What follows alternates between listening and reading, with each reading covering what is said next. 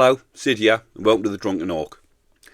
This is part one of a two-part series where I make a couple of Ork Titanic walkers. Well, a Gorkanaut and a Morkanaut, basically. Some time ago, I think it was about 2 years, I picked up a Canis Rex model for a bargain price. That's the Knight kit with all the bits and bobs and what have you. I just thought, for the price it was literally half price. I'm going to have to grab that. And I also had a Morkanaut gifted to us by a good friend of mine, Scania, over on Plastic Crack Gaming. So check him out if you haven't already. Links in the description. And I wanted to smash these two kits together. I don't like building a kit like just how it's meant to be.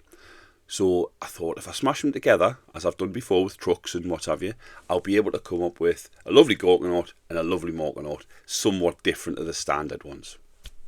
So that's what we're doing in this video. This is a look at the first one, which is a Gorkanaut, but yeah, there'll be a Morkanaut following up, hopefully in the not too distant future. So there's no need for a long preamble, let's just get straight on with the build.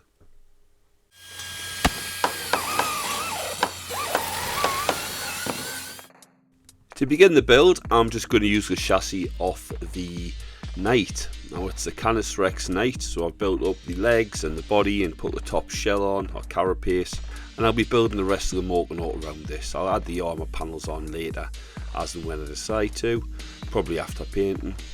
But yeah, this is just the beginning. For the combat arm, I'm going to use the Morkanaut arm, so I've built that with almost full extension, so it fits into the shoulder and reaches down to the ground. Looks quite apish, and I like that. To help that effect, I also glued the torso on, slightly twisted and leaning forward. The shooty arm is a big Gatling cannon, and the pretty little heavy flamer goes here. I've replaced with a scorcher. Now I'd actually snipped some of these away because I'm going to put the Gorkanaut arm on the left, but I changed my mind, so never mind. I'll just have to glue that in place. Instead of the rocket pod, on top here we'll have a rack of rockets from the Gorkanaut. It's quite hard to say. So I'm going to use the Gorkanaut head for this, except I can't put it in the normal way with the peg pointing down, because then the peg's pointing down and it's not fixed into anything. So instead I'm going to have that peg pointing backwards and it'll go straight in there, except that's in the way. So that needs to go. So all the lion's share of the work will be done with snips, and then to neaten it up a little bit, I crack out my Dremel or Proxon, and with a sanding board just get in there and grind it down. Quick test fit reveals that it doesn't quite fit because of the width of the head, so I just need to trim away some of the carapace. Give Stanley a nice new blade, and he makes short work of expanding that hole. So I've got something for the peg on the head to fit into. I'll drill a small hole where I want the head to go. To do this I use my Arrow Max model drill, but I don't really have any drill bits big enough, so I'll just use a regular size, I think it's a 1.2mm drill bit, and then pop in a model knife and just give it a twist and it'll just bore the hole in until it's at the right size. Once we know the head fits, it's time to give it a little bit more detail. And by that, I mean give it a face. Normally go here, but I'm not going to put it there because that is now the top of the head, so instead I'm going to put it on the top, pointing down or back. Thus. So I'm just going to cut away the excess plastic on the back of the face and the part of the head that I'm mounted onto, and to glue it in place I'm going to get a little bit of sprue glue, put a dollop on, and that will hold it lovely. I use sprue glue for things like this because if the two pieces aren't touching perfectly, then a little bit of poly cement or plastic glue isn't really going to cut it because the pieces aren't going to touch. The sprue glue can add a couple of millimeters, 2 or 3 millimeters of thickness there, which will fill those gaps and give you a much stronger bond. I'm also still able to mount the jaw plate under the face as intended. So the head's in place, and I stuck a melter gun in for the eye. I also capped off the top of the head, as you can see here, and if I show you there, you should be able to see a few plastic putty rivets. Champion. I did a big stubber here, which is the big shooter proxy, and on the other side I stuck another big shooter barrel on the end of the melter gun. So he's got the two. Here's the armour plates. Now what I've done with these is, as you can see, I've scraped off the fleur-de-lis, whatever the plural for that is. A little flowery French thing that Cub Scouts have. I scraped that off and went over it with a sanding stick, which is just an emery board really, cut down to size. I've done the same on these bits of thigh armour. Didn't do anything with that, didn't need to. And there's a chest plate. Done the same with that, scraped off the little ornamentation, went over it with some sand sticks. Then I give it a coat of plastic glue just to smooth it off. With the knee pads, I've glued some Gorkanaut horns on, lethal. And with the Gorkanaut arm, I've stuck a big blob of green stuff on the end here, and that was just so I could push it into place where I wanted it, and then pulled it off, let it cure, and that basically lets me glue the arm in place with a good surface area at the right angle, as the angle that was on the arm was a little bit too angled inward. One of the shoulder pads here I've covered in spikes. This is the girder spikes from the Stomper kit.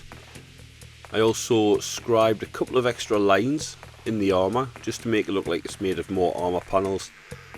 Used a scriber for that, as it makes a nice little trench, and then added some extra rivets just with Vallejo plastic putty. And for the other shoulder pad, I thought I'd do something a bit different, so I've changed the Space Marine to it. The body of the Space Marine is from a Reaver, and I believe it's from one of the Dark Imperium kits, hence why it's blue. He did have some hand grenades on his chest. They had to be removed, because why would you capture somebody and leave them with hand grenades? Doesn't make sense, does it? And as you can see, he's missing a leg. I'd cut his leg off to use on a different Kitbash. So this model only had one leg, so I drilled out the armour and then put some green stuff in, just coming out in tatters, just to show where his leg's been removed. His arms were just spare Space Marine arms I had, just put in the best position possible, and those shoulder pads really do hide a multitude of sins. I don't know if you recognise the head, but that's that Blood Angel, that Chief Librarian. Mephiston, something like that. I give him a slight haircut, and then it's just some jewellery chain wrapped around parts of the model and the shoulder pad. Next up, I'm going to put some Orky armour plates on, where the lads have basically done some ad hoc repairs. So I've got a sheet of 1/2mm plastic card, nice and flexible so I can follow the curvature of the model. And to cut it, I've got these. This is my favourite way to cut plastic card, in all honesty. It can go through 2mm plastic card very, very easily. It's very simple, it's very quick, it's very straight. But admittedly, you can't cut any longer than the blade's length. You could make a second cut, but that's where you're going to start going off on the wonk. So anyway, having cut some of the plastic card, I'm just getting this bit into place, just finding out roughly where it's going to go over the edge, because it will look a little bit more authentic if it actually follows the curve and goes round the underneath of the armour. So there we have a little finger bend crease in it, and all I'll do is I'll put a blob of Superglue on and glue that into place. So I'll remove any little rivets from the area I'm going to stick the armour plate on. I'll put a little blob of Superglue on, spread it round with something like a cocktail stick, and then glue the armour in place, holding it down flat whilst it sets. Now you might be thinking, don't you glue your fingers to the model? And yes, you do. You often do glue your fingers to the model. That's why I push it down with my fingers and not, I don't know, my chin or my nose or anything else for that matter. It's only a bit of super glue. It's not going to hurt you. please don't drink it. Now you can wait for superglue to set, but sometimes you want to shufty it on a bit. So if you want to activate the superglue, in other words make the superglue set, what I do is I use this bicarbonate of soda. Now I use Dr. Oetker's. Now in my opinion, Dr. Oetker's is the best bicarbonate of soda. I believe he's actually a doctor in bicarbonate of soda, and therefore I trust the doctor above all else. But I don't know who he is, but it was in the cupboard, and apparently my wife's been looking for it for a while. She was going to make some banana bread and couldn't find it, but she didn't realise I was upstairs sprinkling on superglue. Mental. But if you sprinkle a little bit of this on, it does make a superglue set pretty much instantly, although it does get everywhere, so try and be careful with it. Once I've tapped it off, I will generally give it a gentle blow, and then if need be, a quick dusting with a soft brush. A soft brush that I don't care about. Now you may be able to see it leaves behind an interesting texture. It's quite grainy. So what I often do sometimes, even when I don't need to use superglue, is I put a little blob on and I spread it around to the area I want to be weathered or have like a rusty patch. Just going to put some on the shell here. If you use a cocktail stick or something like that, you can get into all the little nooks and crannies.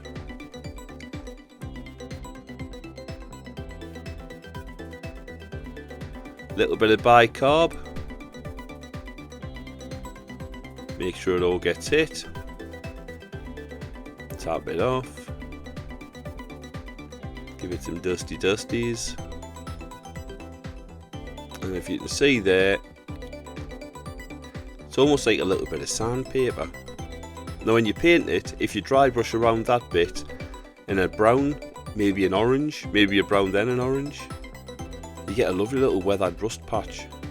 It's a little bit more effort than just painting rust on with a brown or sponging it on with a brown paint, but it does look pretty good.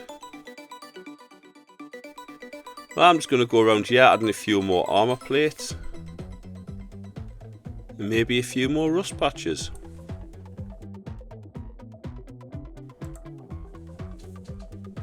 Right, so I've got this little Grot fella here from the Just Gretchen box set, and I want to use him. And I want to use him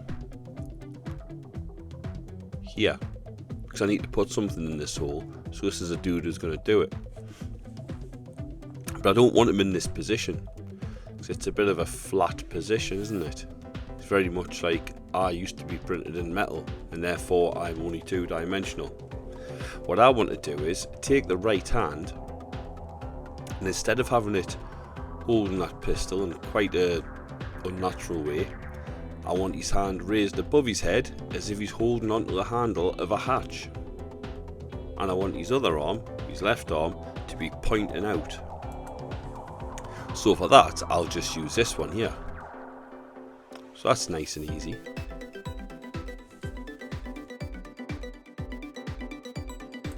But to make his right arm do what I want, I'm going to have to first of all cut it away from his body. So by cutting from the armpit down to the elbow, I'll free that bit up. And then I'll cut the arm off midway through the shoulder. I'm leaving the pistol on the hand at this point because it just makes it easier to hold such a fiddly little Grot arm.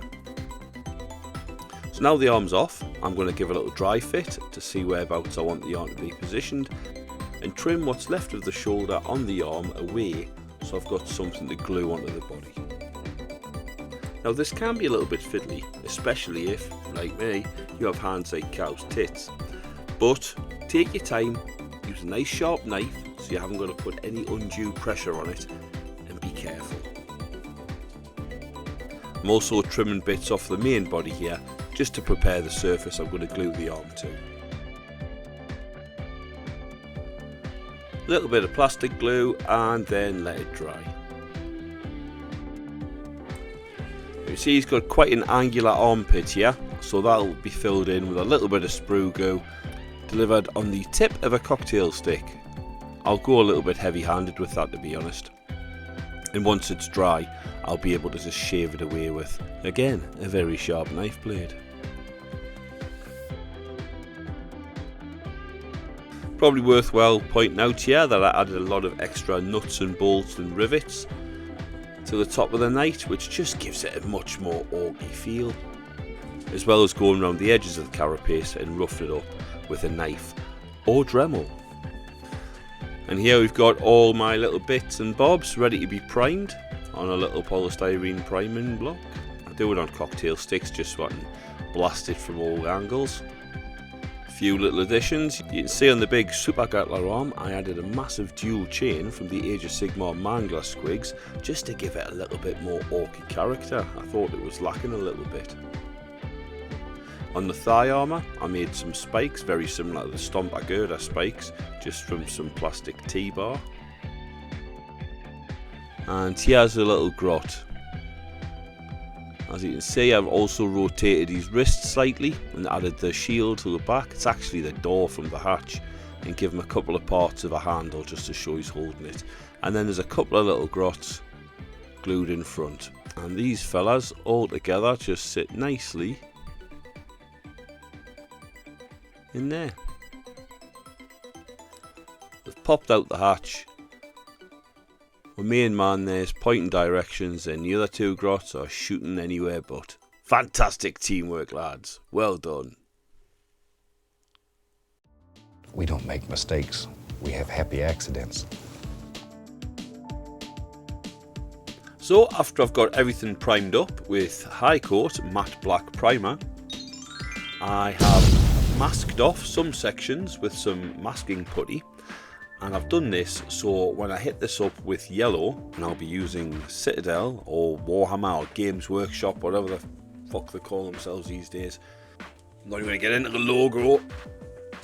Anyway, I'm using their Avalon Sunset airbrush paint. Once I've done that, I'll then mask off the yellow sections and then go over the model again, picking out all the metallics with Vallejo Gunmetal airbrush paint, because it's lovely.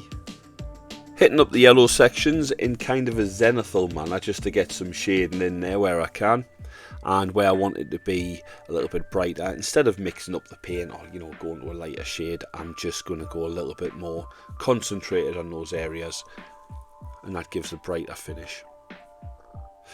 And of course I did decide to do all the armour plates and what have you separately.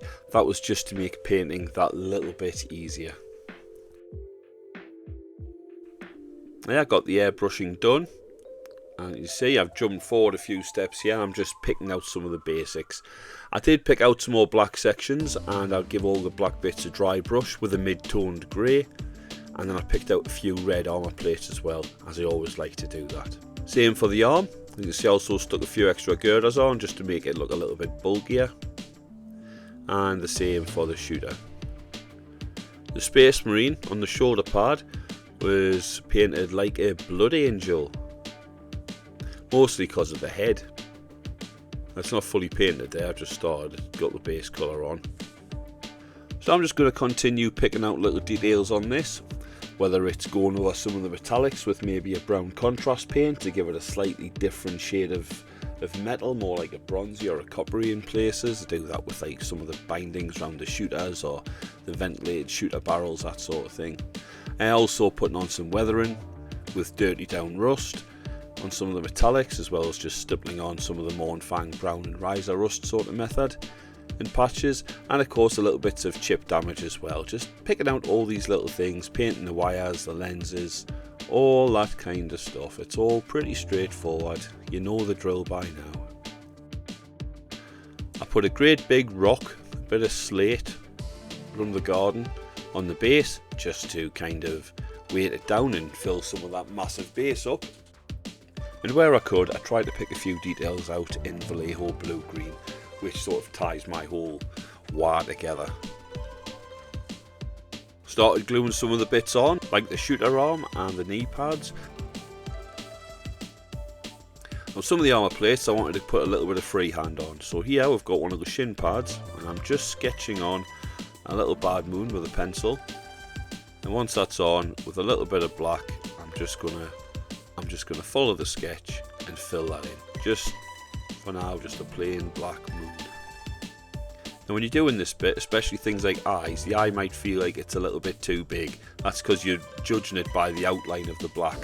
When you fill it in, you'll not have that outline of the black anymore. You'll just have the background showing, in this case the yellow, and that'll look a lot smaller. So in other words, go on the large size. If it's still too big once you've done it, you can always add a little bit more black just to reduce the size. It's certainly easier than adding more yellow to make it bigger. Same goes for the teeth and any bits where you're using a background colour to denote detail. Ooh, I said denote. That's a good word, isn't it? Denote, of course, is what you get a lot of when you're making the song.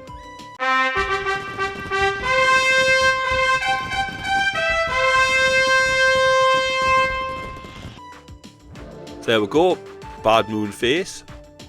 Just give him a little eye. And then what I'm going to do is I'm going to get a little bit of grey, just mix it a bit darker, and then paint a basic edge highlight on the upper sides of the logo. Just makes it pop that little bit more. Here we've got the Space Marine finished. As you can see, made him a Salt Blood Angel. Seemed to fit. Still haven't matte varnished these shoulder pads yet, so the transfers need a bit of work. Yeah, that'll do me nicely. He also finished up a little Grot mob, or sticking out the top hatch there. I glued them together as a solid block. I've had to shave toes off and everything, but you won't see once it's in place. And a nice lens effect on the door. Now on the shin guard with a bit of plastic card on the front, I want some hazard stripes on one half of this. So to do this, I've got some masking tape, modelling masking tape. I mean, this will be fuck all use for doing your skirting boards. I'll find a tape which is the appropriate thickness, and I'll tear some little pieces off and I'll stick them on top of the section where I want the hazard stripes to be, primarily the black bits. I do find a pair of fine nose tweezers are very useful for this because of the aforementioned sausage fingeritis. Once they're in place, I will get a knackered old brush, or really actually I get a very cheap brush that I've cut blunt, and use that to stipple on Avalon Sunset. I can put it on heavier where I want them to be brighter, and a bit thinner where I do not, and that way you can add a little bit of highlights to them, and you know, leave little bits of sort of black underneath where it's sort of chipped away and all sorts. It's very effective. Once you've filled in the section with paint, you let it dry, and then you get your little tweezers. You probably don't have to get your little tweezers, but I get the little tweezers because I find it very satisfying. And then peel the strips off. Revealing lovely, lovely hazards. Smashing! Oh no, I've still got half with nothing on. What will we do? It's time for another bad moon. This one's going to be yellow on black, as opposed to black on... Well, you can see what I'm doing. Well, I hope you can see what I'm doing. It is at the bottom of the screen, I'll give you that. Now I'll switch up with the black and start painting some details on. And I can go back over any black bits with a bit of yellow if need be. It's not as easy as going over yellow with black, but it can be done. Especially with Avalon Sunset, which is a decent yellow for coverage. I'll give it its flowers. Once that's done, I just stick more of the armour plates on, and just before I put the Grot gang on the top, decided to paint a few little black flames on the back of the door. Dead easy. So there he is. Not bad. Quite pleased with how he came out. I've seen a few of these. I'm not the first person to do this, make a knight into something orc. It's been done many times before, and yeah, he's not too dissimilar from it. It's generally give it the Gorkanaut claw and make it look a little bit more wonky. Maybe a Death Dread for a head or something like that. Whatever. This is my version of it. I'm quite pleased with the little Space Marine. Blur yourself. I'm going to have a, hopefully there's a rotating cam somewhere around here as we speak. And I'll stick some close-ups up so you can, get a proper look at some of the details. But, yeah, nice. He's actually having an outing this weekend. In fact, when this video launches, I'll be away for the weekend at Warhammer World with a few of the lads, and he'll be making his tabletop debut, which means by this point he's probably already been blown up. That's generally how it goes. But I hope you liked it. I hope you enjoyed the video. Please don't forget to hit like and subscribe. Give the bell a little tickle and leave a comment. I do try to respond to all the comments. You know the drill by now. So that's it really. I'll leave you with a few detailed shots just so you can see that. Not too long, don't worry about it. And thank you very much for watching. And until next time, take care.